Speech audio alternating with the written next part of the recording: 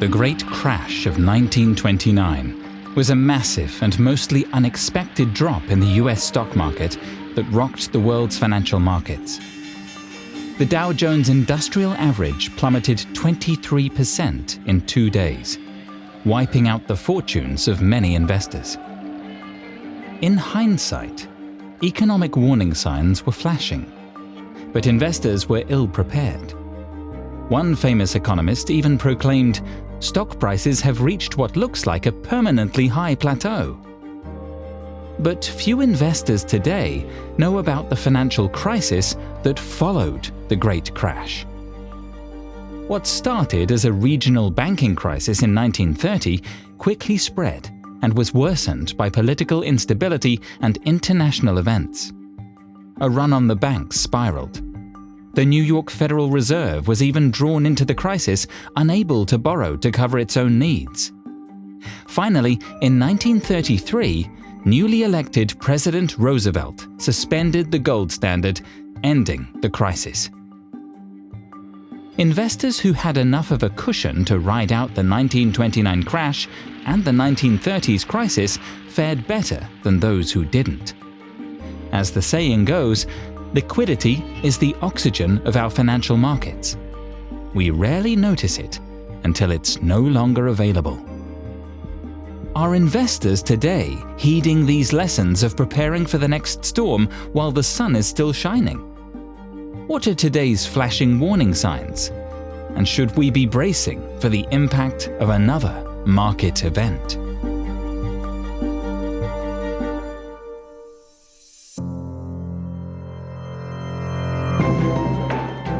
To understand today's investment landscape, it's important to know how we got here. This is the Outthinking Investor, a podcast from PGIM that examines the past, the present-day opportunities, and the future possibilities across global capital markets. Victor Haghani is founder and CIO of the wealth advisory firm Elm Wealth and was a co-founder of Long-Term Capital Management. His recent book, The Missing Billionaires, explores how investors make financial decisions in the face of uncertainty.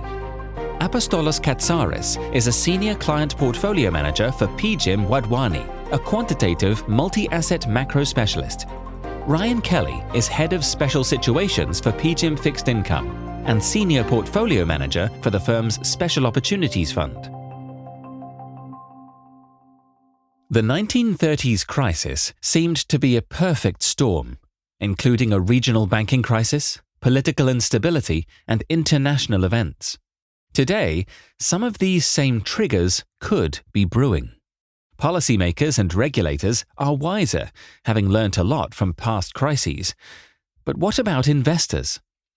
Victor Haghani's recent book starts with the premise that few of today's wealthiest people trace their wealth back to the early 1900s. That's surprising, because there was considerable wealth at the time, and because US equity returns over the last 100 years or so averaged around 10% per year, despite the Great Crash and the 1930s crisis. So why did the markets not produce more billionaires? Victor Haghani explains the common thread. Investment decisions have two parts. First, you have to decide what it is that you want to invest in. What risks do you want to take? What do you select as your attractive investments? But then once you've done that, you have to decide how much. The how much question is the more consequential one to answer, because if you get that wrong, even if you have good investments, but you take too much risk, you can go bankrupt before those investments ultimately pay off.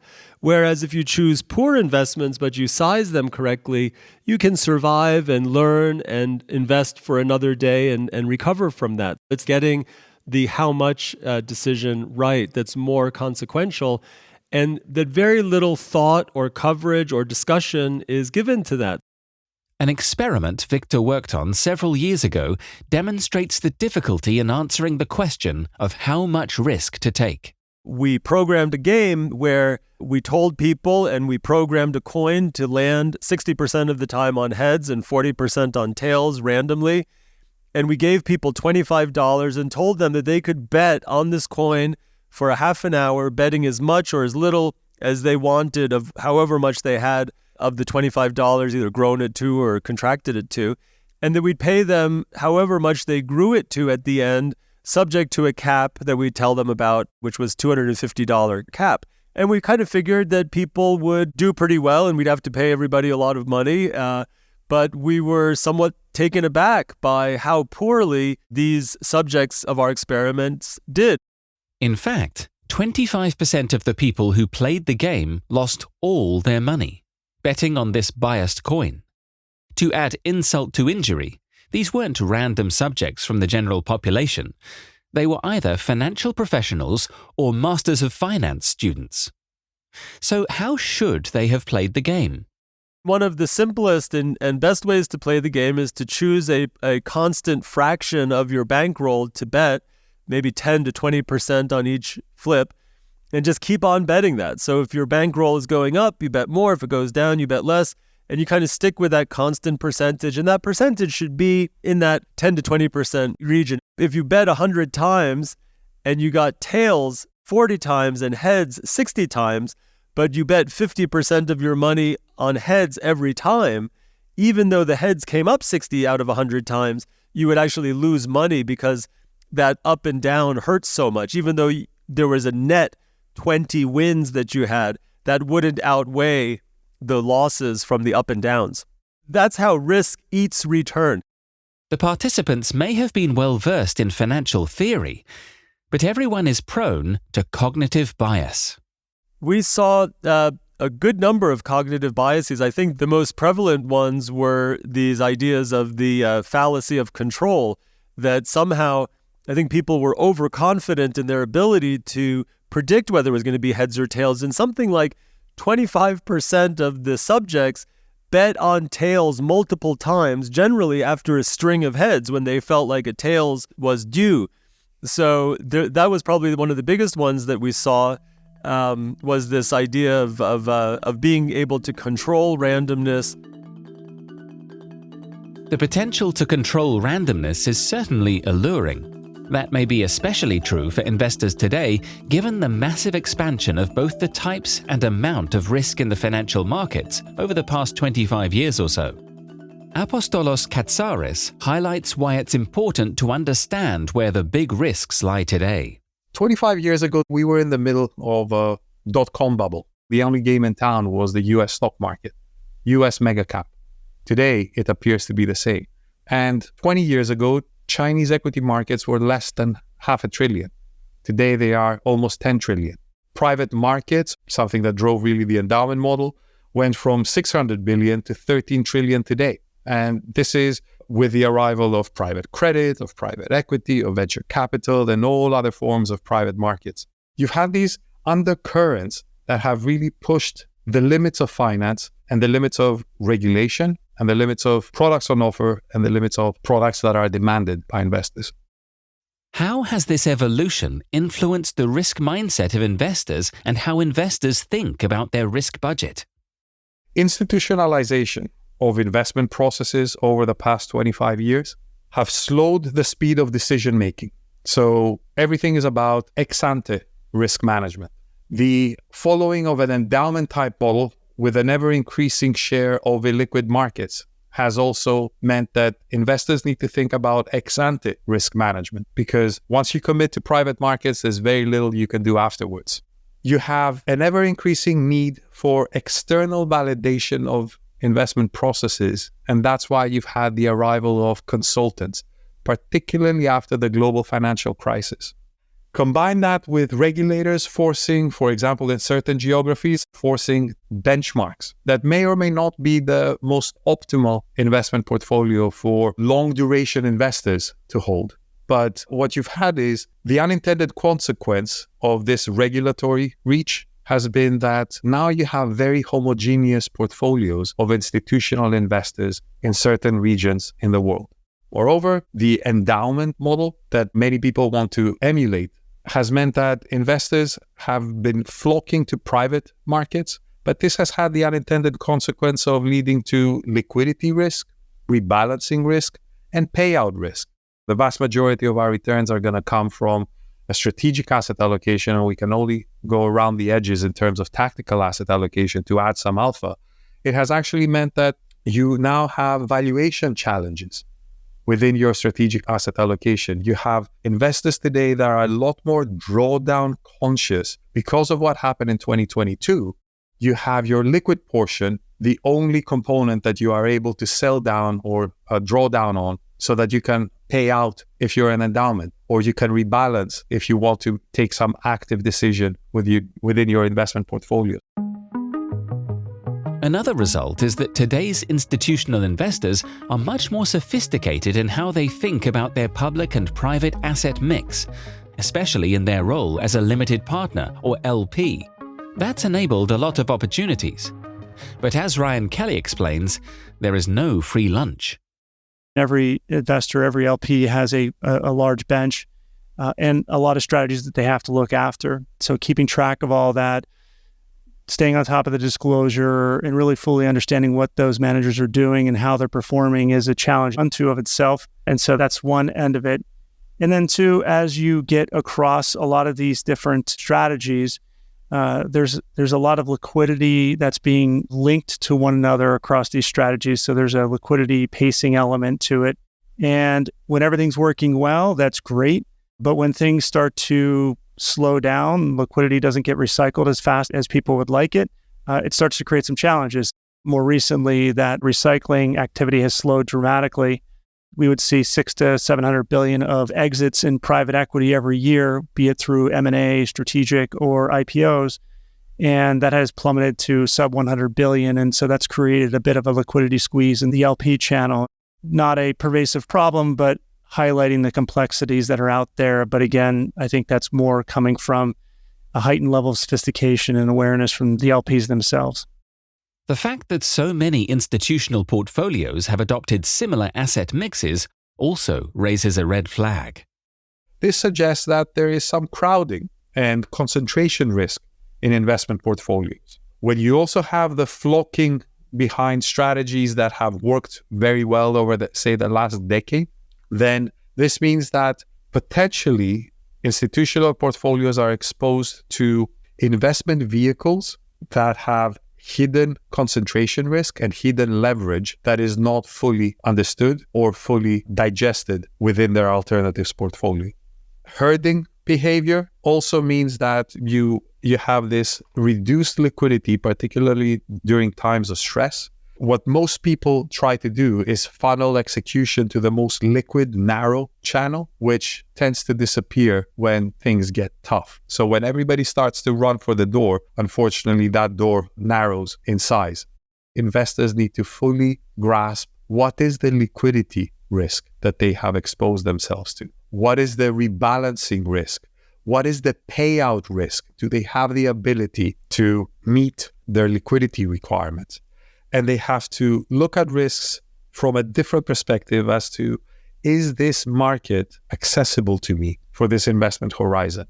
Do I have the ability to exit these exposures when I need it most? So, what's the solution to increasing liquidity risk? A perfectly reasonable response might be a more diversified portfolio, or it might not be.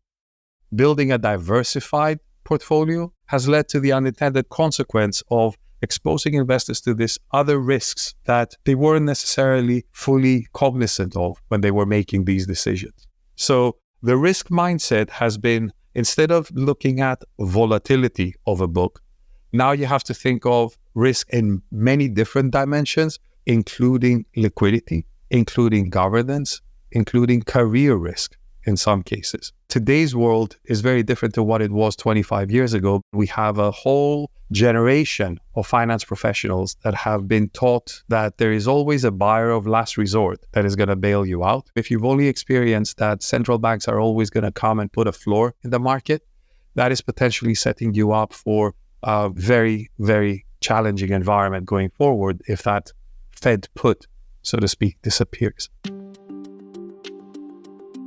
For some investors, moving a portion of their portfolio from illiquid alternatives to liquid alternatives could add a buffer without substantially impacting their expected returns. So obviously, liquid alternatives that can offer some diversification, and we saw that that is the case in 2022, liquid alternatives can offer some substantial diversifying returns, not only in a 2022 world where traditional asset classes are challenged, but also during a world where you have only a few asset classes delivering on their expected returns. And therefore, you need some genuine diversification within your portfolio or a different source of return that can cushion the blow and increase the diversification and reduce the volatility of your portfolio. Now, to genuinely achieve this, what you need is diversification of asset classes as well as strategy, but you also need agility. In this uncertain world, you also need discipline. And that has led to a re-emergence of demand to process-driven investing or quantitative investing. What are investors actually doing today? And where are they looking for return? Investors today are focusing on what has worked more recently, and I would argue that they are not as long-term oriented as they typically are. There is a structural sort of change in the markets where there's a desire to go up in quality and stay in quality. You're seeing that across the equity markets. You're seeing that across the credit markets. And that quality bias has become more pronounced over the last bit of time. But there is a quality bias that has overtaken a lot of the desires for investors. And so the reason we suspect that's happening is there's a fear that, given this historical rate hiking cycle around the world, there's a lot of uncertainty, obviously. And so the best way to play the uncertainty is to go into that high information ratio, high Sharpe ratio sort of trades that have minimal downside risk. Today, we live in a world where there's a lot of asymmetrical downside risk in certain sectors, certain markets. So in a way, they're not really playing the long game. They're trying to preserve capital because they do expect to see more volatility, more drawdown risk emerging over the coming quarters and years as we get into this sort of renormalization of rates and markets. Even in today's environment of heightened uncertainty, this seems short-sighted.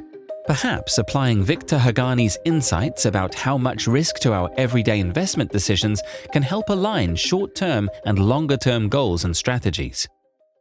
Well, I think the really important thing to realize in sizing decisions, in this how much decision, is that what we want to maximize is not expected return. It's not expected wealth. It's some kind of risk-adjusted wealth or risk-adjusted return. And we all know that, but we have to be really careful that we don't fall into a trap of maximizing expected value or expected money or expected return. And this is really what Sam Bankman-Fried said he was trying to do. And we know how that wound up. And that's what happens if you really are trying to maximize your expected return. Say in our coin flip game, the strategy that maximizes your expected return is to bet all of your money on heads every time.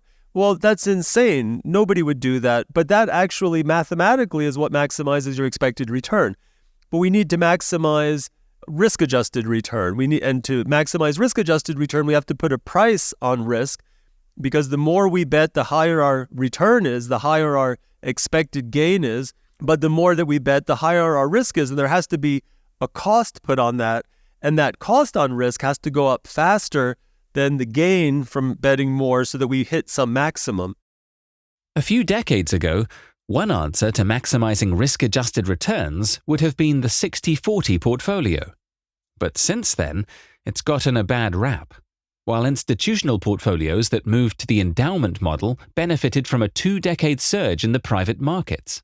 Isn't this a case where focusing on the question of how much risk to take has not actually paid off? The 60-40 portfolio or risk parity portfolio paradigm, these are answers to the question of how much risk you're taking at different points in time. Somewhere in there is this risk decision. And I think that both of those paradigms or icons of asset allocation really don't stand up very well to scrutiny, in the sense that we know that the expected returns, the expected risk premium of risky assets is changing over time. We know that the expected return on safe assets is changing over time. And we know that the riskiness of the markets are also changing over time. And we know that answering the question of how much is a function of how attractive are these investments And how risky are they? The riskier they are, the less we want. The higher the expected return, the more we want. And both of these are relatively static approaches to investing that assume that the world is always the same. I don't know the same as what, maybe the same as it averaged over some historical period of time. So I think that both of them are pretty suboptimal in terms of how people should be making their how much decisions. Even if the question of how much risk to take is most important, investors also need to address the question of where to allocate their risk today. Rather than backing the investment styles, the asset classes, and the investment vehicles that have performed really well over the last decade, investors need to be cognizant that diversification comes in many different forms and tends to disappear in what we all thought was a diversified book didn't actually work in 2022. That's why it's important for investors to look for hidden opportunities or unloved strategies that can deliver in a changing world. Now, that makes the case for strategies like quantitative strategies that will do what they say on the tin, or for strategies that are process-driven so that you can actually potentially generate some positive returns and therefore be able to draw down that capital in a liquid fashion if your liquid book is hurting, to use that to fund capital calls of your illiquid book. That is one option. The other option would be to go and find genuine diversifying or tail risk strategies on your liquid book to hedge or diversify the equity drawdown risk that you have. And there is some increased demand by institutional investors to strategies like these. But once again, all these have to be, in my opinion, process-driven because you need them to behave in a known fashion. And while there may be warning signs that the world is changing, we don't know when the next major risk event will occur or what it will be. Victor Haghani's experience at LTCM shows the damage a liquidity event can do to even a rigorously constructed portfolio. It really led me to question this how much decision. Anybody that's looked at what we had invested in felt like, okay, in the long term, these are good investments. And indeed, most of them even worked out some years after LTCM's demise. But we were too big in those investments and we weren't able to benefit from their ultimate working out. Any leveraged pool of capital like LTCM is always going to be subject to large losses. That's the nature of using a lot of leverage. Still, though, I think that we didn't probably spend enough time, or certainly in hindsight, that's clearly the case, that we didn't get the sizing decisions right for our capital and the trades that we had.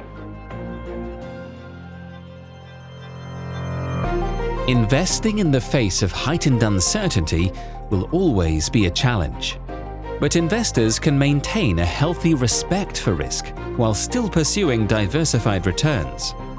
As our guests explained, stay focused on how much risk you take. Look for credit and special opportunities as they arise during challenging environments. And consider quantitative and tail risk strategies that can add a buffer in times of market stress. Thanks to our three experts for their keen insights on managing risk in the face of uncertainty. The Outthinking Investor is a podcast from PGIM. Follow, subscribe, and if you like what you hear, go ahead and give us a review.